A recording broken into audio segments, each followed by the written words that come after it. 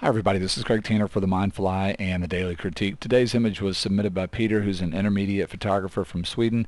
Peter shot this with a Nikon D90, an 18 to 70 zoom lens at 25 millimeters. So after the crop factor, the effective focal length is around 40 millimeters, and this is 6 frames that have been stitched together to create the panoramic that you're seeing here. Peter exposed the panels for the panoramic at ISO 250. F-stop was f11, shutter speed was 1/60th.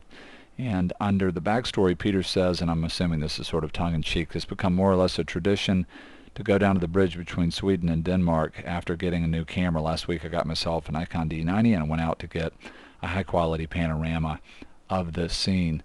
Peter has quite a few questions under questions and comments, which is great, and I want to kind of take those one at a time in a minute. I want to talk first about what I like about this image. It's a real high-impact image for me. It's very graphic.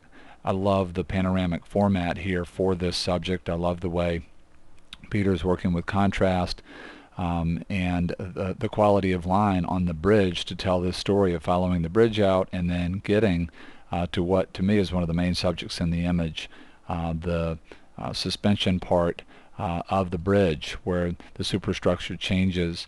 There's a obvious unity here with the reflection that rhymes this sort of arcing feeling of the long line of the bridge, and that helps to tie the image together. But one of the most important parts of this image to me is the sky. Just couldn't be any more perfect in terms of framing the bridge and also creating a balance of energy. There's such a strong, powerful feeling of movement like this in the image, and then having the slight diagonals, sort of moving, undulating line of this particular sky pushing back really helps to balance things out. It's obviously very repetitive in terms of the original quality of line that we're going to see here. So just really beautiful how the sky is working in the context of this image. And I really like what's happening in this area out in here that could have really flattened out. You're getting a really beautiful reflection of this movement of line in the sky. You're also just getting a real strong sense of kind of a circular implied quality of line or movement in here that's beautiful. And I love the way this is sort of dark at the bottom that helps to contain the eye. Same thing over here. Love the fact that this has been presented in black and white. I think it really helps to add to the graphic quality of the image and to just simplify it. Something else I'll mention, I've mentioned several times in the Daily Critique, is worth mentioning again today. The placement of one of the main subjects, the suspension part of the bridge, is unified or congruent with the framing device. You know, rule of thirds is not just some arbitrary concept. It's relative to the framing device. Part of the reason why we talk about rule of thirds so much in 35 millimeter photography is that full frame 35 millimeter photography, if you look at the ratio between the long side of the frame and the short side of the frame, because it is a rectangle, if you take one or the other of these lines and divide them into each other, you come up with a ratio that, if you're talking about the long side and the short side, is very close to 2/3. And so if we take the main subject and place it 2/3 of the way through the frame, or another way of saying this is put the main subject on a third, then the placement of the main subject is congruent with the ratio of the framing, the sides of the framing device. Another way to think about this is if we were to, let me start over here again real quick because it's worth mentioning this today. If we were to take the 35 millimeter rectangle, something like this, if you take both of these lines and you add them together by simply taking this line and just stretching it out so that it now is like this, and then you mark the place. Now that you have one long line that's been made by taking this line and folding it out, and then you mark the place where the two lines come together to make the long line, then that'll give you the ratio that I'm talking about. In a panoramic shot, obviously one side is much longer than the other side. And that means if we do this same work, then instead of ending up with something that looks like this, we end up with something that looks like this.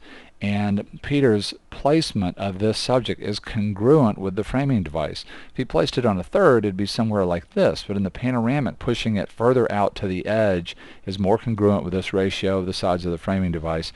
And then when it comes to square, this is why square is so darn easy. You can just center your subject and it'll look great because all the sides are the same size and they're all equidistant from each other. And it doesn't mean that rule of thirds goes completely out of the window, because rule of thirds also talks about just tension and a general descent.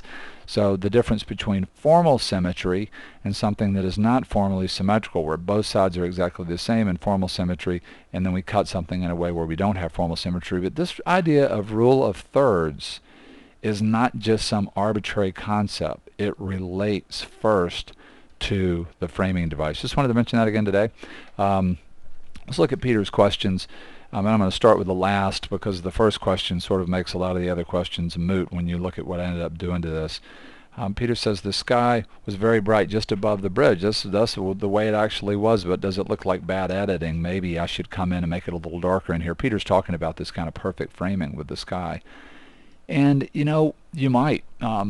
I can see where somebody now, the way we're looking at pictures is different. We're probably thinking more about the editing process. Even people that aren't very sophisticated about photography, they've heard the word Photoshop. And you do get a little bit of a feeling of that, particularly once Peter asked the question and I thought about it. And I might come in and darken this area and here just a little bit, create movement that's not quite so perfect in terms of the framing on the bridge. Then Peter says there are a few wind power mills under the bridge to the left. Should I leave them in or take them out? In the small version, I think I see them way out here, but they're really, really small. And I can't answer that unless I would see like this printed very big. It may be something that really sort of creates a counterpoint to this idea or adds more depth to the image once you see it. Sort of my rule of thumb is asking a few people and seeing if they even know what it is. If it's so small that people don't know what it is, then it can start to just look like a mistake in the printing process. We really have to see the print at size, and at this size it's not factoring in, because I sort of get a suggestion of that out there, but it's very, very hard for me to see. It'll probably be impossible in the video. Peter says, what about the crop? I already said that I really like the crop a lot. I love the panoramic crop relative to this subject. Peter also says, what about this bright area right in here? And this is an area of the image that I question almost immediately. It flattens out quite a bit. And something else is true. I've mentioned this before in the Daily Critique. Shooting bridges with a wide lens, or now that we're going panoramic, you get this perspective distortion where these spaces in between the supports seem to get wider and wider apart. And it can be pretty complicated to try and figure out, if you're going to start in the middle of a superstructure like this, where to start to keep this first span from being awkward.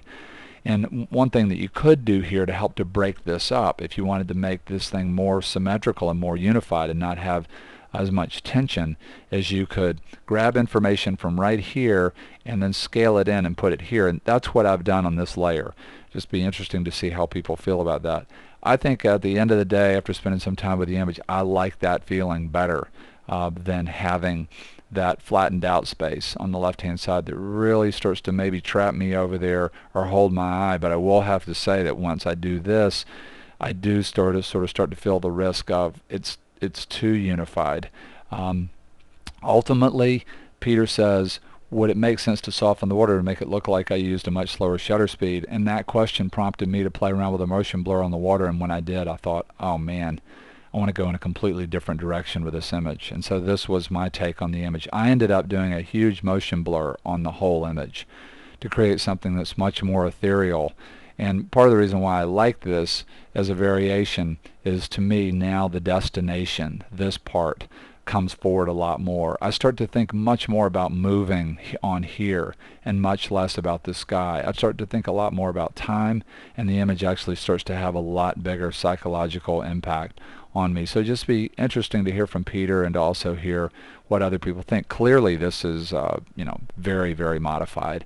You could get a similar effect, particularly on Nikon. They've got this brilliant thing on some of their cameras now where you can do multiple exposures in the camera. So you could get this effect in the camera by doing multiple exposures, panning on one, shooting straight on another, and doing the blend, or doing it like we've done here.